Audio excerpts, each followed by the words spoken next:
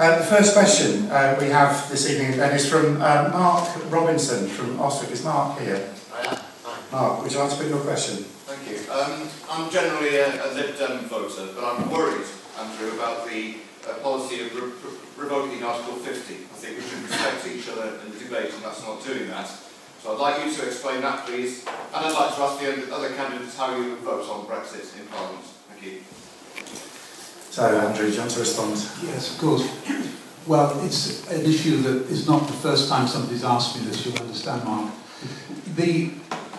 Let's go back to 2016, and let's be clear that the Liberal Democrats, before that and thereafter, have been adamant that it's best for the country to stay in the European Union. That's the starting point. And I don't think there's any... Well, there are questions in some people's minds, but frankly I don't understand them. Julian talks about getting it done. We know very well that Boris Johnson's withdrawal agreement isn't getting it done. We know that there'll be many years of negotiations thereafter, possibly even still no deal. But that brings, I will address the point. I think if in the event that the Liberal Democrats have a majority in the House of Commons, that will be a sufficient mandate to revoke Article 50. However, that is extremely unlikely. And of course, thank you. I think that is that great. I think they were agreeing with me. He's a friend of mine. So what we will press for is a people's vote. And bear in mind that the Liberal Democrat Party has been pressing for a people's vote for the last 3 years, and we've been the main movers behind a people's vote. Just another few seconds out. Yes. So that answers the question, I hope, that it is a difficult issue. We decided to put that on our banner so that people knew exactly where we stood, and we stand behind staying in the European Union. Thank you.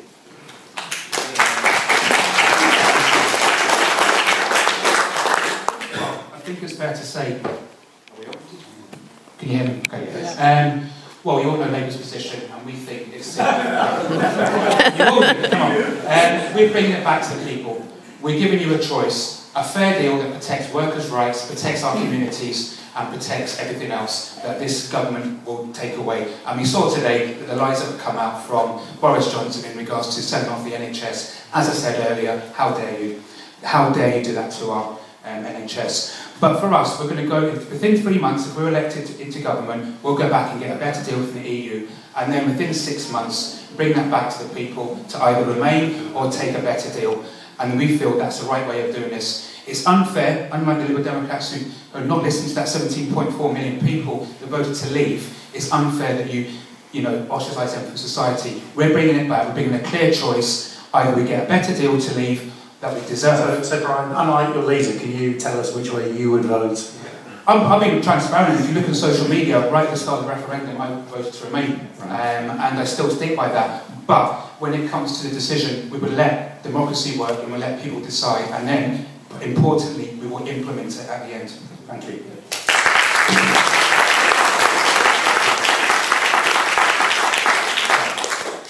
So, as the Yorkshire Party, we decided the EU election to remain neutral, and we decided not to do that this time. And instead, we would vote to leave the EU, but remain in the EFTA, which is countries like Norway, Switzerland, and Iceland.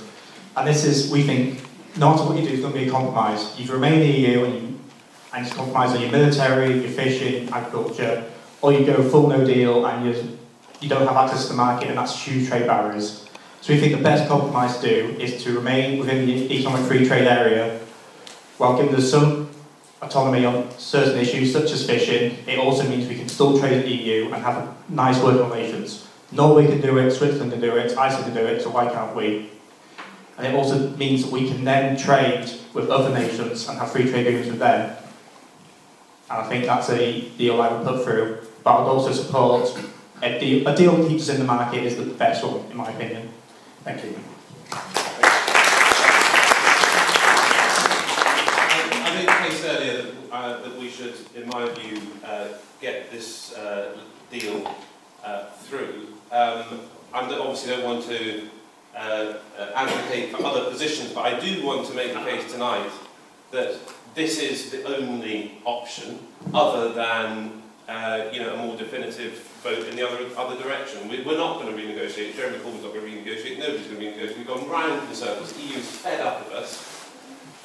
We have got a revised deal after the main deal, and there is a choice. And that choice is: do you want to vote for that and move the country on? And you may or may not. I would say, having been in the middle of this for 2 years, taken up all of my life, just move forward and let's then work forward and making that. It will take longer. Andrew's right. It's not going to happen overnight. But if you don't think that, please don't sit here thinking that we can go round in circles anymore. It's a black and white situation.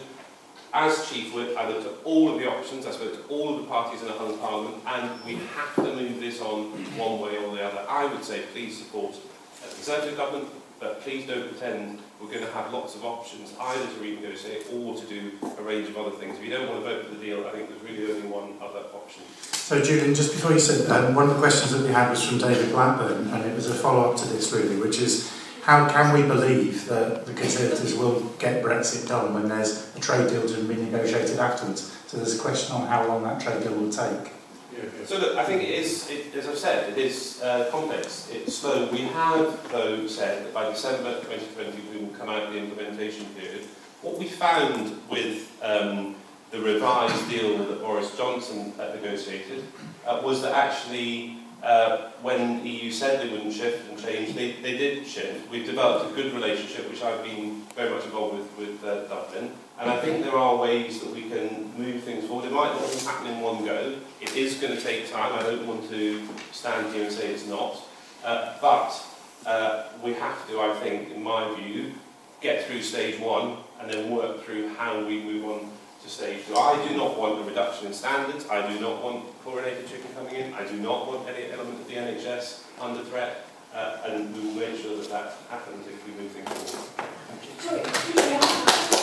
I'll come to questions in a moment. I'll come to questions in a moment.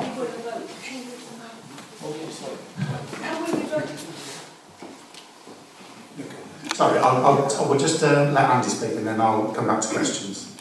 Yeah, we've had a referendum on promises, haven't we? I'd rather like a referendum on reality. And I would be clearly recommending that we remained with the best deal we've got on the table, which is the one we started with before we went through 3 years of chaos and mess. And I've been advocating that for 3 years consistently, whilst Labour have been dithering about all over the place. I would say basically this: I don't blame anybody for voting to leave the EU when they heard those promises. We were going to get our sovereignty back. Have you ever seen the country weaker? And we're about to go into a trade deal negotiation with the US where we'll be begging Donald Trump to be nice to us. Can you imagine what the power relationship will be in that? I know Julian doesn't want chlorinated chicken, but Donald Trump does want US farmers selling to us, and that will drive our farmers in this constituency out of business, and New Zealand lamb imports. Can you imagine the impact of that on our constituents? Yeah, it is not all rosy. All this lovely stuff we were promised about the on the bus, £350 million a week, was it? Yeah, have you and all this lovely stuff we're now being promised. The economy is going to pick up and roar ahead simply because we've left the EU. We've had 10 years of the slowest economic growth in my lifetime, and that is down directly to the incompetence of this government. And do not trust their promises to just get it done. There's 3 years more bitter negotiations and rivalries. Thank you.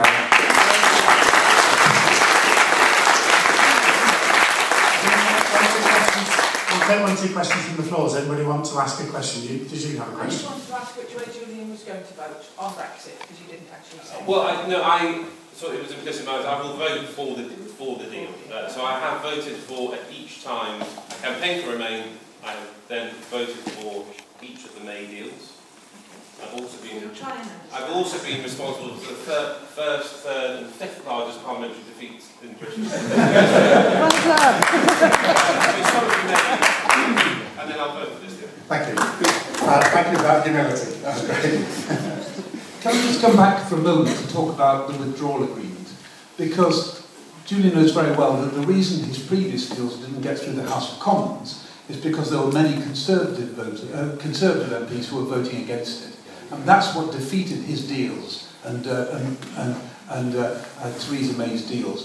We now have the situation whereby there's going to be a very short negotiation with the European Union over the next 6 months. There will be bargains to be struck which will not be acceptable to those very MPs who Julian could not corral into the yes lobby.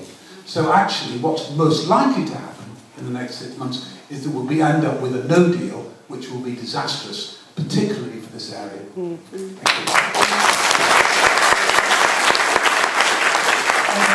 Anybody else have a question? There's one over here, yeah.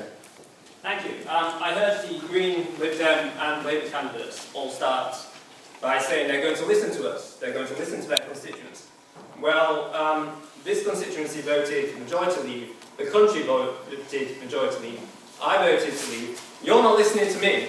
You're telling me votes to Brexit. That was the most patronising and insulting thing I've seen a mainstream political party say. I think you should be very ashamed of yourself.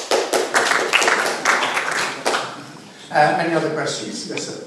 He's just used the word bollocks. That was the Lib Dem slogan in the European election. I'll apologise once he apologises. So I'll just remind people, if I can, that we did talk about truth and respect. So we will respect the fact we're in a church, and I understand that was the slogan, but we'll try not to use it again, if that's okay. So Julian, talking about the withdrawal agreement bill, it goes through Parliament before the 31st of January, and then we enter into a negotiation about our future relationship on trade with the European Union. A transition period that must end in December 2020. Your current Prime Minister, has said that he will not seek an extension into the transition period because he says, I'm going to have a deal ready. And as Andrew points out, hardly.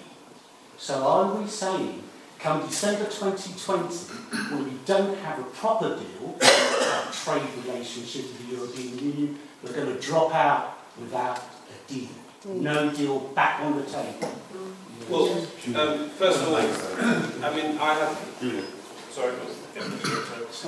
been more... Because we got to apply in June 2020, haven't we? July.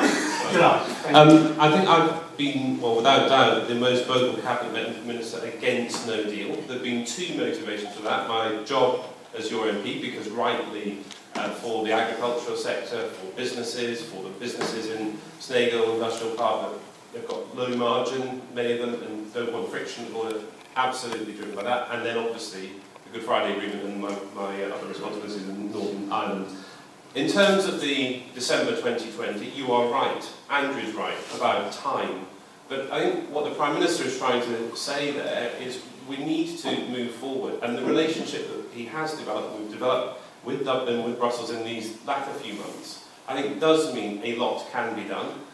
It may not all be done, but you might do something in goods, you might do something in other areas. And I think it's better we move forward, and we've got a much more, I think, constructive, dynamic relationship.